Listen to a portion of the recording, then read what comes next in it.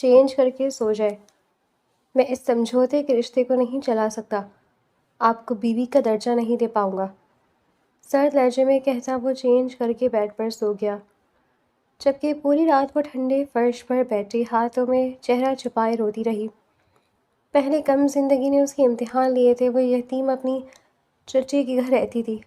چچی کی بیٹی کے بھاگ جانے پر اسے قربانی کا بکرا بنا دیا اور اس کا نکاح شاہمیر سے کر دیا گیا۔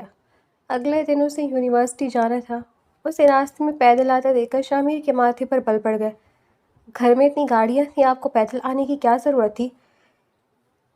یونیورسٹی میں شاہمیر کو اپنا پروفیسر دیکھ کر مریم کی روح کانپ گئی تھی۔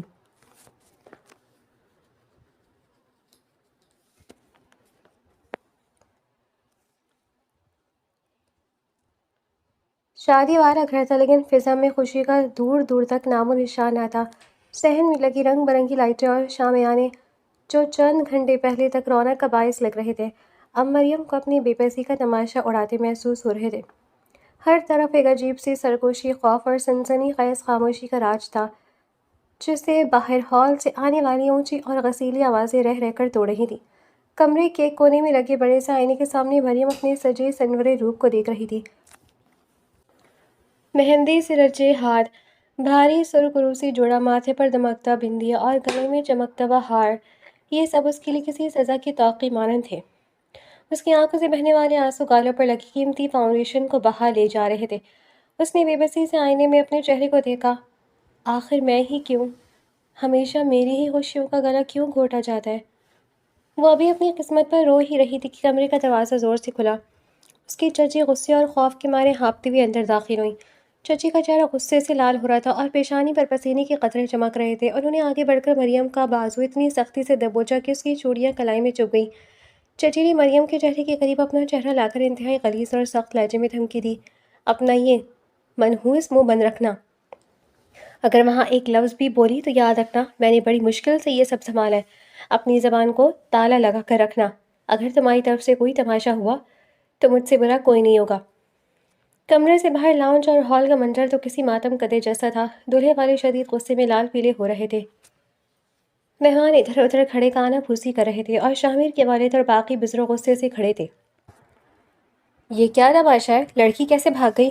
شاہمیر کے تائی نے غصے سے صوفے پر ہاتھ مارتے ہوئے کہا تھا۔ کیا وہ اس شادی کے لیے راضی نہیں تھی؟ اگر یہی سب کرنا تھا تو ہمیں یہاں تماشا بننے کے لیے کیوں بلایا؟ ہماری خاندانی عزت مٹی میں ملا دیا آپ لوگوں نے۔ شاہمیر خود ایک کونے میں کھڑا تھا، اس کے چہرے پر گہری سرد موری اور غصے واضح تھا۔ اس کی برادری کی عزت داؤ پر لگی تھی۔ اسی دوران چچی ہال میں آئی، ان کے چہرے پر خوف صاف واضح تھا۔ انہوں نے شاہمیر کے والدین کے سامنے ہاتھ جوڑے اور گڑ گڑاتے ہوئے بولی، دیکھیے میں آپ سب لوگوں کی بے عزتی نہیں ہونے دوں گی۔ میں آپ جیسے معزز لوگوں کو یہاں سے ایسے رسوا ہو کر خالی ہاتھ نہیں جانے دوں گی۔ آپ اپنے بیٹے کی شادی کرنے آئے تو شادی کر کے ہی جائیں گے۔ پہلے بھی تو یہیں سے رشتہ ہونا تھا نا۔ میری بیٹی چلی گئی تو کیا ہوا؟ اب آپ میری اس بھتیجی مریم سے شاہمیر کا نکاح کروا لیں، وہ بھی تو اسی خون سے ہے، سگھڑ ہے، خوبصورت ہے۔ شاہمیر کے گھر والے پہلے تو ہچکچائے، لیکن برادری کی ناک بچانے اور محفل میں تماشے سے بچنے کے لیے ان کے پاس کوئی دوسرا راستہ نہیں تھا۔ انہوں نے بھوچل دل سے حامی بھر لی۔ چچی فوراً پلٹ کر واپس مریم کے کمرے میں آئی اور اسے آخری وارننگ دیتے ہوئے انتہائی سخت لہجے میں بولی، سن لو مریم، اگر تم اس شادی کو قبول نہیں کیا تو میں تمہیں ابھی اور اسی وقت دھکے دے کر اس گھر سے نکال دوں گی۔ تمہارے اس دنیا میں میرے علاوہ کوئی نہیں ہے۔ سڑکوں پر رل جاؤ گی۔ مریم کے پاس کوئی دوسرا راستہ تھا ہی نہیں۔ وہ ایک یتیم لڑکی تھی جو ہمیشہ سے دوسروں کے رحم و کرم پر جی رہی تھی۔ اس نے بے بسی سے اپنی بند آنکھوں سے آنسو بہائے اور خاموشی سے سر جھکا دیا۔ اس کا نکاح شاہمیر کے ساتھ پڑھا دیا گیا اور بنا کسی روایتی دھوم دھام کے ایک بھاری اور بھوچل ماحول میں اس کی رخصتی کر دی گئی۔ جب گاڑی شاہمیر کے گھر کے سامنے رکی تو وہاں نہ تو کوئی استقبال کرنے والا تھا اور نہ ہی شادی کی روایتی چہل پہل۔ مریم بھوچل قدموں کے ساتھ سسرال کے عالی شان لاؤنج میں داخل ہوئی۔ وہاں کا ماحول کسی قید خانے کی طرح سرد اور اجنبی تھا۔ شاہمیر اسے وہیں چھوڑتے اپنے کمرے میں چلا گیا۔ وہاں موجود مہمان اور رشتہ دار باری باری مریم کے پاس گزر رہے تھے اور کوئی بھی اس سے ہمدردی کا ایک لفظ کہنے کو تیار نہ تھا۔ بلکہ ہر گزرتا ہوا شخص اس پر طنز کے تیر چلا رہا تھا۔ آ گئی قربانی کی بکری بن کر، ایک قریبی مہمان نے مریم کو اوپر سے نیچے تک دیکھتے ہوئے طنز کیا۔ دوسری کی لگی تہمت اپنے سر سے جا کر آ تو گئی ہے، اب دیکھو اس گھر میں کتنے دن ٹکتی ہے۔ دوسری عورت نے پاس سے گزرتے ہوئے سرگوشی کی۔ شادی کا اتنا ہی شوق تھا کہ بہن کے بھاگتی خود دلہن بن کر بیٹھ گئی۔ چلو بڑے گھر کا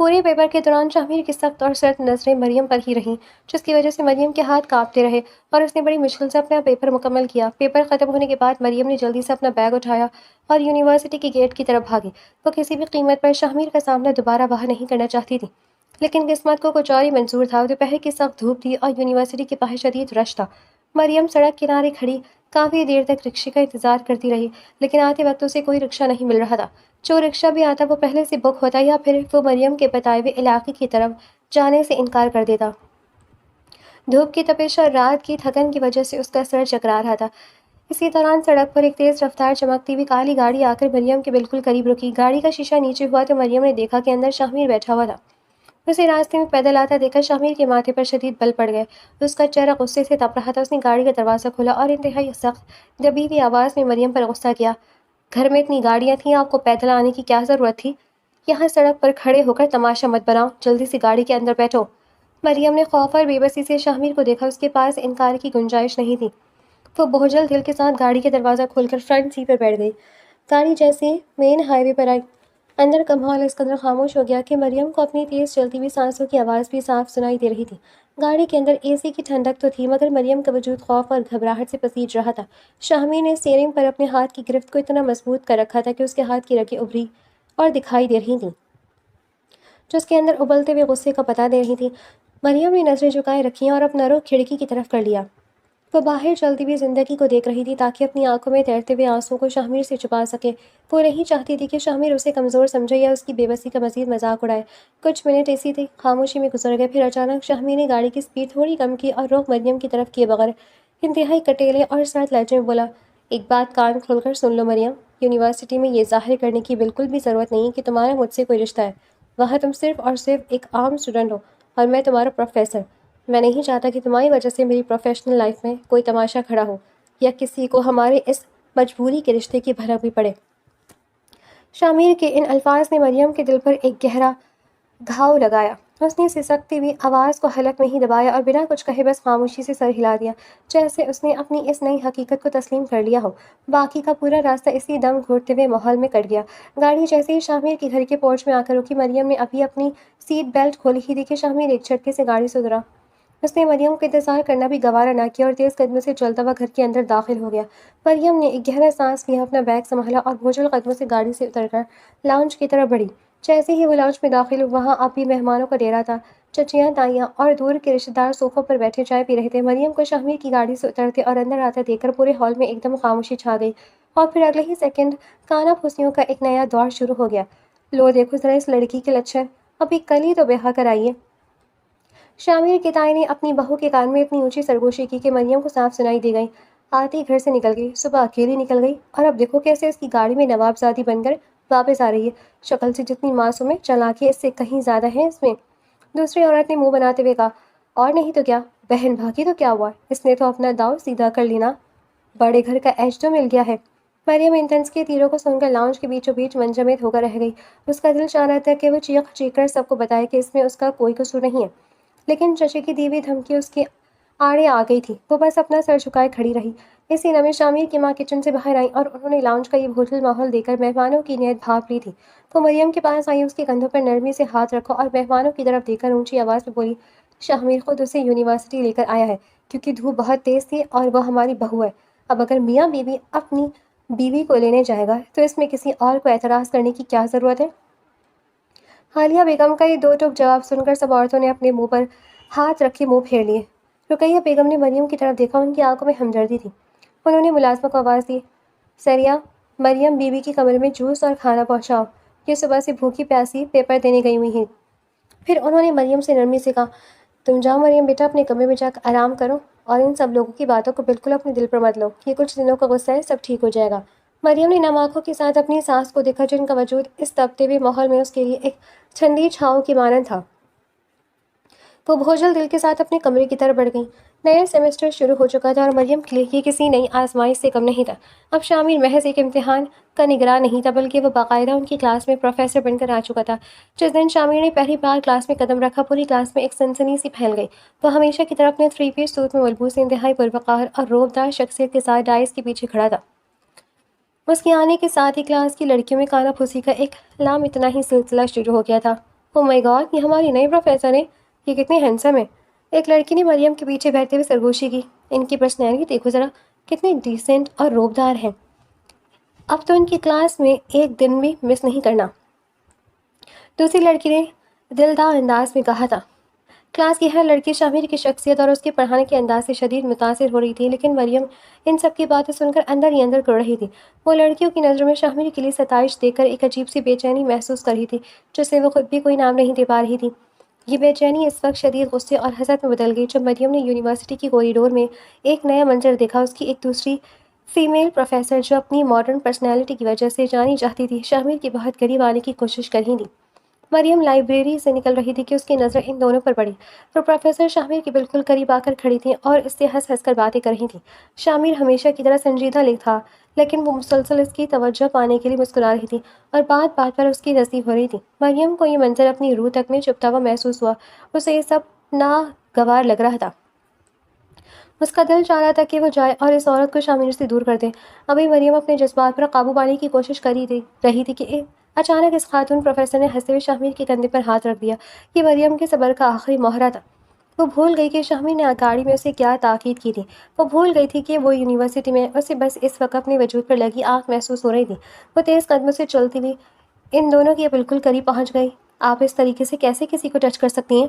مریم کی آواز کوریڈور میں گونجی، جس میں غصہ اور حق جتانے کا انداز صاف نمایاں تھا۔ وہ فیمیل پروفیسر اور شامر دونوں ایک دم چونک گئے۔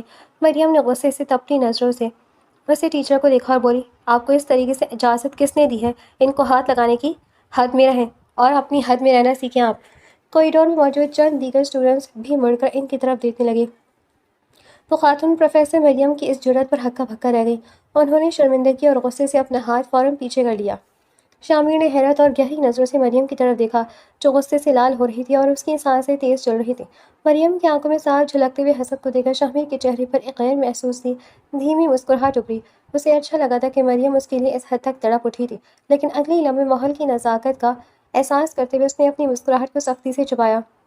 شامر نے اپنے چہرے پر دوبارہ وہی پروفیسر والی روایتی سختی اڑا لی اور سب کے سامنے مریم کی جھجری دیتے ہوئے بولا، مریم، یہ ٹیچرز کا آپس کا معاملہ ہے، آپ کو اس میں بولنے کی بالکل ضرورت نہیں ہے۔ اپنے کام سے کام رکھیں اور فوراً اپنی کلاس میں جائیں۔ شامر کے اس دو ٹوک اور سرد رویے نے مریم کے غصے کو ایک سیکنڈ میں آنسوؤں میں بدل دیا۔ اس نے نم آنکھوں اور روتے ہوئے چہرے کے ساتھ شامر کی طرف دیکھا، جس نے اسے سب کے سامنے پرایا کر دیا تھا۔ مریم نے اپنے آنسو چھپانے کے لیے رخ موڑا اور وہاں سے روتی ہوئی تیز قدموں سے اپنی کلاس کی طرف بھاگی۔ یونیورسٹی کے اس واقعے کو گزر گئے اور کئی دن ہو چکے تھے، مگر مریم کے دل میں لگی آگ اب تک ٹھنڈی نہیں ہوئی تھی۔ وہ جب سے گھر لوٹی تھی، اس نے خود کو ایک گہرے خول میں بند کر لیا تھا۔ وہ ہر وقت کمرے میں اکھڑی اکھڑی اور شدید غصے میں رہتی۔ شامر کا سب کے سامنے اسے پرایا کر دینا اور اس خاتون پروفیسر کا دفاع کرنا مریم کے دل پر نقش ہو چکا تھا، جسے وہ چاہ کر بھی بھلا نہیں پا رہی تھی۔ ایک رات شامر کمرے میں داخل ہوا تو اس نے دیکھا کہ مریم ہمیشہ کی طرح بیٹھ کے ایک کونے میں بوجھل دل کے ساتھ بیٹھی کوئی کتاب دیکھنے کا ڈھونگ کر رہی تھی۔ شامر نے چند لمحے سے دیکھا، اس کے چہرے کی سختی اب کسی حد تک نرمی میں بدل چکی تھی۔ وہ آہستہ سے مریم کے قریب آیا اور بات کرنے کی کوشش کرتے ہوئے بولا، مریم، کب تک اس طرح اکھڑی اکھڑی رہو گی؟ اس دن یونیورسٹی میں جو کچھ ہوا وہ میری مجبوری تھی۔ مجھے سب کے سامنے ایک پروفیسر کی طرح بیہیو کرنا تھا۔ تم بات کو سمجھ کیوں نہیں رہی؟ شامر نے اس کا ہاتھ چھوڑنے کی کوشش کی، مگر مریم نے ایک جھٹکے سے اپنا ہاتھ پیچھے کھینچ لیا۔ اس کی آنکھوں میں غصہ اور نفرت صاف نمایاں تھی۔ اس نے شامر کی طرف دیکھا تک نہیں تھا اور رخ موڑ کر بیٹھ گئی۔ وہ اس سے بات کرنے کو بھی تیار نہیں تھی۔ شامر نے ایک گہرا سانس لیا اور مریم کے اس رویے پر بے بسی سے سر جھکا کر رہ گیا، کیونکہ وہ جانتا تھا کہ مریم کا غصہ بے جا نہیں تھا۔ اگلے چند دنوں میں یونیورسٹی کا ماحول مریم کے لیے کسی جہنم جیسا بن گیا۔ اس دن کوریڈور میں مریم کا اس خاتون پروفیسر پر چلانا اور شامر کا بیچ میں آنا آہستہ آہستہ پوری یونیورسٹی میں ایک جلتی ہوئی چنگاری کی طرح پھیل گیا تھا۔ شعبے کی لڑکیوں اور لڑکوں کے درمیان اب روز کا یہی موضوع بن چکا تھا۔ پروفیسر شامر اور مریم کے درمیان افیئرز کی افواہیں پوری یونیورسٹی میں گردش کرنے لگیں۔ مریم کوریڈور سے گزرتی تو پیٹھ پیچھے سرگوشیاں شروع ہو جاتی۔ دیکھنے میں تو اتنی معصوم اور سیدھی سادھی بنتی ہے، مگر اندر سے دیکھو کتنی چالاک نکلی۔ اس کی کلاس کی ایک ماڈرن لڑکی نے اپنے گروپ میں کھڑے ہو کر طنز کیا، اور نہیں تو کیا، آتے ہی یونیورسٹی کی سب سے ہینڈسم اور روب در پروفیسر پر ڈورے ڈالنا شروع کر دیے اور اب انہیں اپنے جال میں پھنسا لیا ہے۔ تبھی تو اس دن اس خاتون پروفیسر پر ابل پڑی تھی، جیسے شامر پر صرف اسی کا حق ہو۔ مریم کی معصومیت اب لوگوں کی نظروں میں ایک ڈھونگ بن چکی تھی۔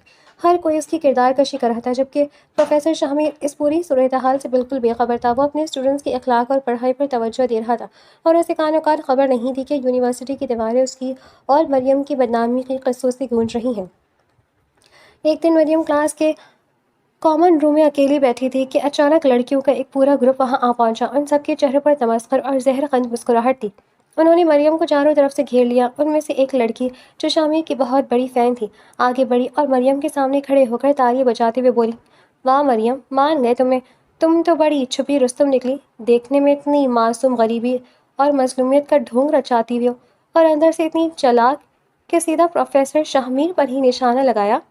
دوسری لڑکی نے حقارت سے مریم کے بیگ کو دیکھا اور بولی، عزت دار ہونے کا بڑا ڈھونگ کرتی ہو تم، ہمیں تو لگتا تھا تم یہاں سے پڑھنے آتی ہو، مگر تمہارا اصل مقصد تو یونیورسٹی کے سب سے ہینڈسم پروفیسر کو اپنے قابو میں کرنا تھا۔ آخر ایسا کیا جادو کر دیا تم نے ان پر؟ مریم کا دل ان کے الفاظ سن کر بری طرح دھڑک رہا تھا۔ اس کی آنکھیں آنسوؤں سے بھر گئیں، مگر اس بار اس نے خود کو کمزور نہیں دکھایا۔ وہ غصے سے کھڑی ہوئی اور بولی، تم لوگوں کو کچھ پتہ نہیں ہے، اس لیے اپنی زبان بند رکھو۔ مریم کا یہ غصہ دیکھ کر لڑکیاں ہنسنے لگیں اور اسے مزید ذلیل کرنے لگیں۔ اسی دوران یہ ہنگامہ آرائی کینٹین اور کوریڈور تک پہنچ گیا، جہاں کچھ لڑکے بھی مریم پر آوازیں کس رہے تھے۔ اتفاق سے شاہمیر اسی کوریڈور سے گزر رہا تھا جب اس نے مریم کے خلاف نازیبا جملے اور اونچی آوازیں سنی۔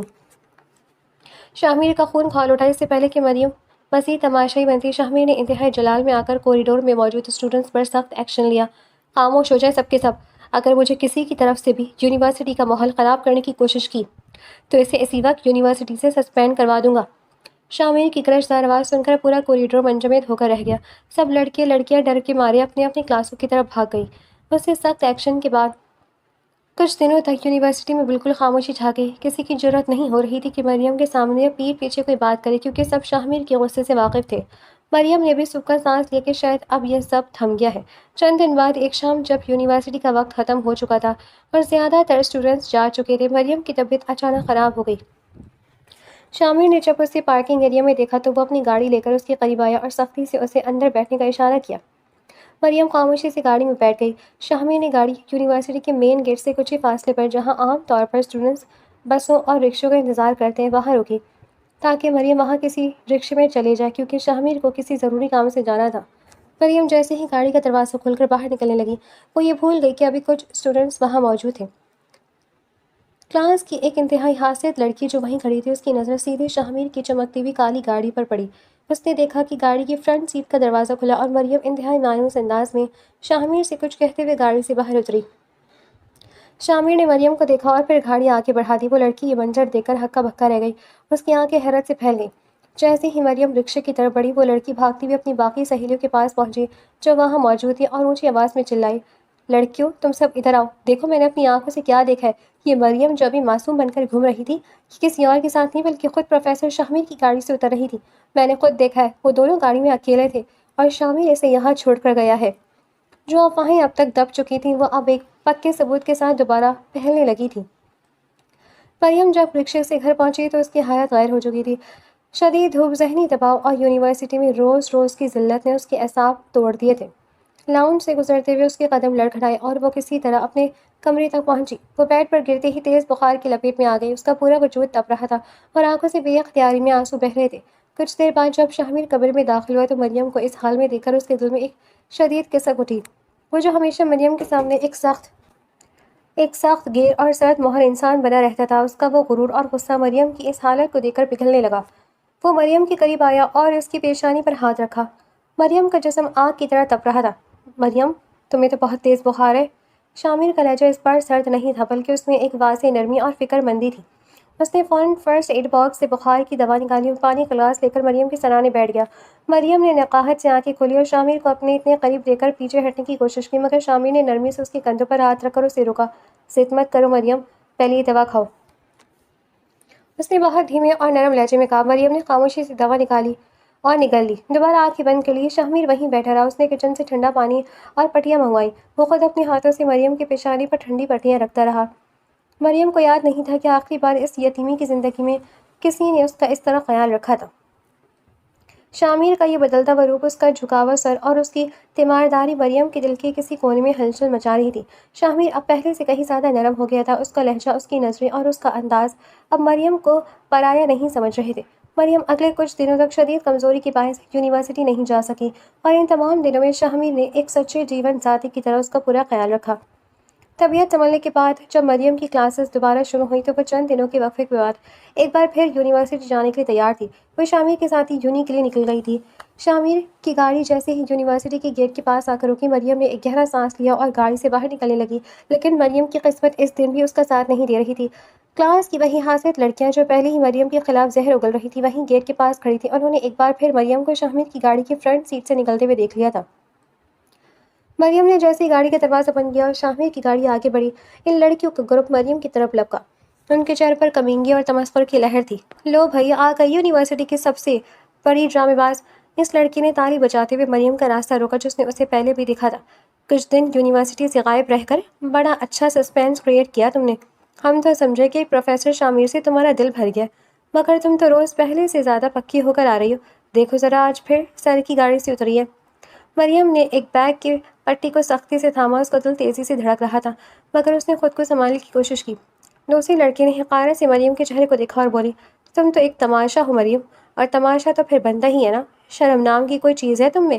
دیکھنے میں اتنی معصوم بنتی ہے اور کام تمہارے دیکھو۔ ابھی تک پروفیسر شامیر یہاں پہنچے نہیں تھے اور تم نے ابھی سے یہاں اپنی مظلومیت کا تماشا لگانا شروع کر دیا ہے۔ تم چاہتی کیا ہو؟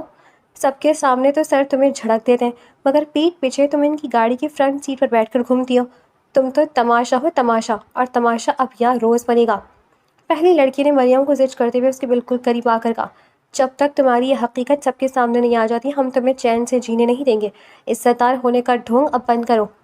مریم ان لڑکیوں کے بیچ اکیلی کھڑی تھی۔ اس کی آنکھوں میں آنسو تھے، مگر اس بار اس کے دل میں شامیر کی دیوی وہ نرمی اور محبت تھی جو اس نے ان چند دنوں میں دیکھی تھی۔ مریم ان لڑکیوں کے زہریلے طنز کے تیر سہتی ہوئی بے بسی سے سر جھکائے کھڑی تھی کہ اسی دوران کوریڈور کے دوسرے کونے سے شامیر داخل ہوا۔ دور سے اسٹوڈنٹس کا ایک بڑا ہجوم جمع دیکھ کر اس کے ماتھے پر بل پڑ گئے، لیکن جیسے ہی اس نے ہجوم کے بیچوں بیچ مریم کو اکیلے آنسو بہاتے دیکھا، وہ تیز غسیلی اور روب دار قدموں سے ہجوم کو چیرتا ہوا مریم کے قریب آیا۔ ابھی وہ پہنچا ہی تھا کہ ہجوم میں سے ایک لڑکی کا زہریلا جملہ اس کے کانوں میں پڑا، دیکھنے میں تو اتنی شریف بنتی ہے، مگر پروفیسر شامیر پر ڈورے ڈال ڈال کر یہاں تک پہنچ گئی، اب تماشا تو بنے گا ہی۔ یہ جملہ سنتے ہی شامیر کے ضبط کا بندھن ٹوٹ گیا۔ اسے مریم پر شدید غصہ آیا کہ وہ اس کے کہنے پر ابھی تک خاموش کھڑی تھی اور اپنی بے گناہی میں کسی کو کچھ نہیں بتا رہی تھی، بلکہ خود کو تماشا بننے دے رہی تھی۔ شامیر کا خون کھول اٹھا، اس نے ایک سیکنڈ کی پرواہ کیے بغیر سب کے سامنے آگے بڑھ کر مریم کا کانپتا ہوا ہاتھ اپنے مضبوط ہاتھ میں تھام لیا۔ پوری یونیورسٹی کے اسٹوڈنٹس کے سامنے شامیر نے گرجدار اور چیختی ہوئی آواز میں کہا، بند کرو یہ گھٹیا تماشا۔ یہ کوئی ڈورے نہیں ڈال رہی ہے مجھ پر، بلکہ یہ بیوی ہے میری، مریم میری منقوہ ہے۔ شامیر کے اس دھماکہ خیز اعتراف پر پورے کوریڈور میں جیسے سانپ سونگھ گیا تھا۔ وہ حاسد لڑکیاں جو تالیاں بجا رہی تھیں، ان کے ہاتھ وہیں کے وہیں جم گئے اور سب کی آنکھیں حیرت سے پھٹ گئیں۔ شامیر نے مریم کا ہاتھ مزید مضبوطی سے پکڑا اور ہجوم کو لال آنکھوں سے گھورتے ہوئے بولا، اگر یہ کسی بھی عورت یا لڑکی کو مجھ سے دور کرتی ہے تو یہ اس کا پورا حق ہے۔ یہ میری بیوی ہے، یہ جس سے بھی مجھے دور رہنے کا کہے گی میں اس سے دور ہو جاؤں گا۔ آئندہ اگر کسی نے بھی میری بیوی کی طرف انگلی اٹھائی یا کوئی نازیبا بات کی تو میں اسے اس یونیورسٹی میں کھڑے ہونے کے قابل بھی نہیں چھوڑوں گا۔ سب لوگ وہاں بالکل خاموش ہو گئے اور چاق چوبند کھڑے شامیر اور روتی ہوئی مریم کو دیکھنے لگ گئے۔ شامیر مریم کا ہاتھ پکڑے اسے سب کے سامنے سے عزت کے ساتھ نکال کر لے گیا۔ یونیورسٹی میں اب بڑے دھماکے کی اس خبر کو منٹوں میں پرنسپل آفس تک پہنچ گئی۔ پرنسپل نے فوراً ایک پیون کے ذریعے شامیر، پروفیسر اور مریم کو اپنے آفس میں طلب کیا۔ جب وہ دونوں آفس میں داخل ہوئے تو پرنسپل کے چہرے پر سنجیدگی اور تشویش تھی۔ انہوں نے شامیر کو بیٹھنے کا اشارہ کیا اور مریم کو بھی کرسی پر بٹھایا۔ پروفیسر شامیر، میں یونیورسٹی میں کیا سن رہا ہوں؟ کوریڈور میں جو کچھ ہوا کیا وہ سچ ہے؟ پرنسپل نے اینک درست کرتے ہوئے پوچھا۔ شامیر نے بغیر کسی خوف یا ہچکچاہٹ کے سر ہلا دیا اور سارا معاملہ نکاح کے پس منظر سے لے کر یونیورسٹی میں مریم کی ہونے والی روز روز کی بدنامی تک سب کچھ صاف صاف اور تفصیلی لفظوں میں پرنسپل کو بتا دیا۔ ساری بات سننے کے بعد پرنسپل نے گہرا سانس لیا اور نرمی سے بولے، شامیر آپ ایک معزز پروفیسر ہیں اور مریم ہماری اسٹوڈنٹ ہے۔ اگر آپ دونوں کا نکاح ہو چکا تھا تو آپ لوگوں کو اپنی پروفیشنل اور پرسنل لائف کو الگ الگ رکھنا چاہیے تھا تاکہ یہ نوبت ہی نہ آتی۔ شامل نے پرنسپل کی بات کا احترام کرتے ہوئے جواب دیا، سر، ہم دونوں نے اپنی پروفیشنل لائف کو بالکل الگ ہی رکھا تھا، جیسا کہ ایک پروفیسر اور اسٹوڈنٹ کو رکھنا چاہیے۔ میں نے مریم کو ہمیشہ ایک عام طالب علم کی طرح ہی ٹریٹ کیا، لیکن آپ کی یونیورسٹی کے ان حاسد اور بدتمیز اسٹوڈنٹس نے ہمیں مجبور کیا ہے کہ ہم سب کے سامنے آ کر یہ سچائی بتائیں۔ مریم بے قصور تھی، مگر اسے روز ذلیل کیا جا رہا تھا۔ پرنسپل نے شاہمیر کے موقف کو تسلیم کیا اور تسلی دیتے ہوئے کہا، ٹھیک ہے شامیر، میں آپ کی بات سمجھتا ہوں۔ اب جب کہ سچ سب کے سامنے آ چکا ہے تو اب کوئی بھی آپ لوگوں کو تنگ نہیں کرے گا، اور میں خود اس بات کی نگرانی کروں گا کہ مریم کو کوئی پریشانی نہ کرتے۔ لیکن میری بات آپ سے یہی ہے اور یہی گزارش ہے کہ آپ جس طریقے سے آپ لوگ پہلی یونیورسٹی میں رہتے تھے، اب بھی اسی ڈسپلن اور دائرے کے اندر رہ کر کام کریں گے۔ شاہمیر نے اس بات میں سر ہلایا، جی سر، بالکل ایسا ہی ہوگا۔ پرنسپل کے آفس سے باہر نکلتے ہوئے مریم نے شاہمیر کی طرف دیکھا۔ اس کی آنکھوں میں اب خوف نہیں تھا، بلکہ اپنے پروفیسر شوہر کے لیے ایک گہرا مان اور عزت تھی، جس نے آج سب کے سامنے اسے اپنی بیوی تسلیم کر کے اس کا کھویا ہوا وقار واپس لوٹا دیا تھا۔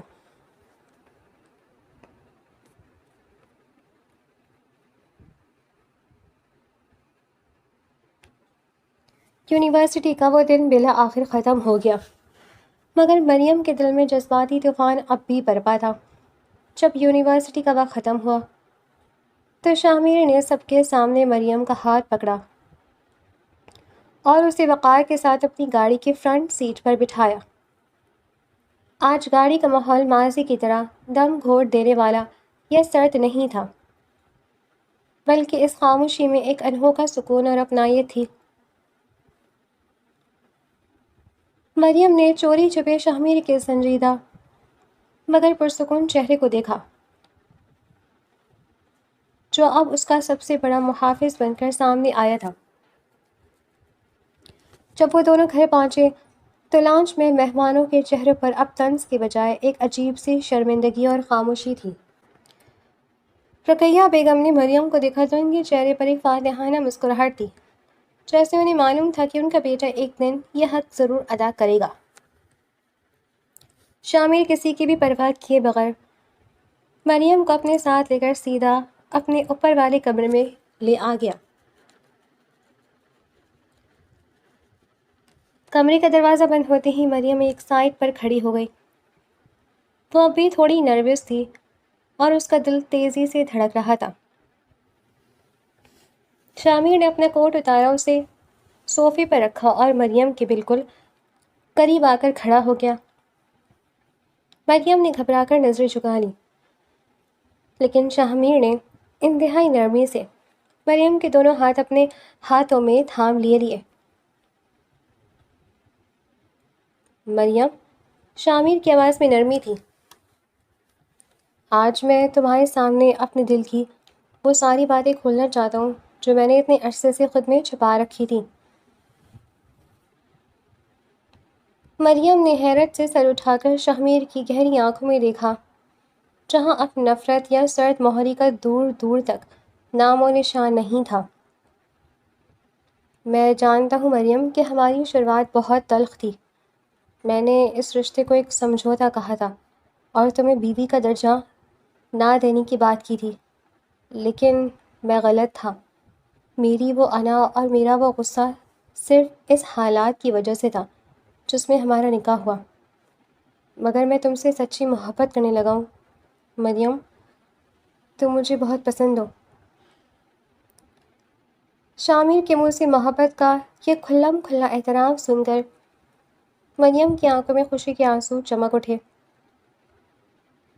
شامیر نے مسکراتے ہوئے مریم کے آنسو اپنے انگوٹھے سے صاف کیے اور کہنے لگا، پھر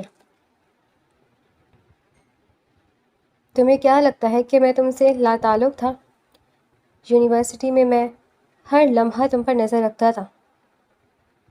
جب کلاس کی وہ لڑکیاں تمہارے خلاف باتیں کرتی تھیں تو میرا دل چاہتا تھا کہ میں ان سب کو یونیورسٹی سے نکال دوں، لیکن میں تمہاری زبان سے سچ سننا چاہتا تھا۔ اور ہاں، اس دن کوریڈور میں جب تم نے اس خاتون پروفیسر پر غصہ کیا تھا نا، تو مجھے تمہارا وہ حسد اور غصہ اتنا اچھا لگا تھا کہ میں اپنی مسکراہٹ مشکل سے چھپا پایا تھا۔ تمہارا وہ غصہ دیکھ کر مجھے اندازہ ہوا تھا کہ تمہارے دل میں بھی میرے لیے کوئی احساس جاگ چکا ہے۔ شامر نے مریم کے ہاتھوں کو چوما اور انتہائی سنجیدگی سے بولا، میں نے ماضی میں تمہیں جو بھی دکھ دیے، تمہاری دل آزاری کی، اس کے لیے میں تم سے معافی مانگتا ہوں۔ مجھے معاف کر دو مریم، میں وعدہ کرتا ہوں کہ اب میں تمہاری زندگی میں کبھی کوئی آنسو آنے نہیں دوں گا، چاہے کچھ بھی ہو جائے۔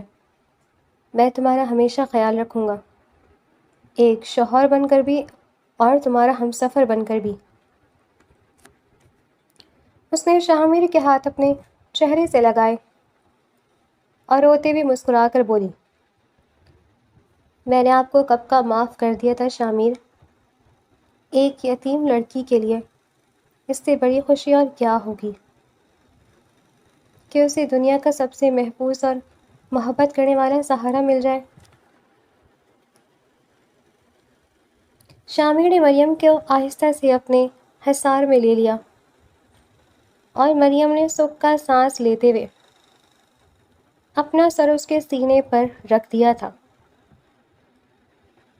وہ رشتہ جو ایک تلخ سمجھوتے سے شروع ہوا تھا،